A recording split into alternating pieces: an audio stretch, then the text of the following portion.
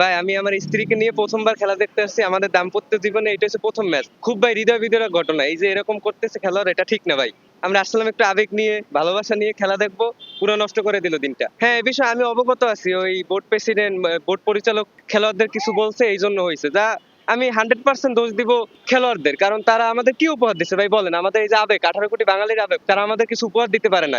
আর একটা সত্যি কথা, এতদিন যারা বিসিবি পরিচালক বা বোর্ডে ছিল তারা এই সত্য কথাটা বলে নাই, এবার সত্য কথা বলছে, এটা খেলোয়াড়দের খারাপ লাগবে। আর এই যে খেলা বয়কট ডাকলো মিঠুন ভাই, মিঠুন ভাই সম্পর্কে কি বলবো? মিঠুন ভাই সেঞ্চুরি আছে কিনা জানি না, মানে আমাদের বাংলাদেশের প্লেয়ার বর্তমান এমন একটা অবস্থা ভাই, খেলা থেকে অ্যাটিটিউড বেশি। আমি তো আসছি অনেক স্বপ্ন নিয়ে যে আমি প্রথম খেলা দেখবো, এখন খেলা হচ্ছে না, অনেক খারাপ লাগতেছে। তো কেন হচ্ছে না, কেন এরকম করতেছে খেলোয়াড়রা? আমরা বরিশাল থেকে, মানে খিলগাঁও থেকে আসছি। আসছিলাম খেলা দেখবো, কিন্তু এখন এরকম পরিস্থিতি ভাবতে পারি নাই, বুঝতে পারি নাই। ভাবছিলাম হয়তো বাইরে থেকে টিকিট কেটে ভিতরে ঢুকবো, এখন দেখি যে খেলা নাকি হবে না, স্থগিত করা হয়েছে। কি সব ঝামেলা, বলছে আধা ঘন্টা ওয়েট করতে, তারপর জানাবে কখন খেলা হবে। হয় একটা থেকে হওয়ার কথা ছিল আর কি। হ্যাঁ, একটা থেকে খেলা শুরুর কথা ছিল।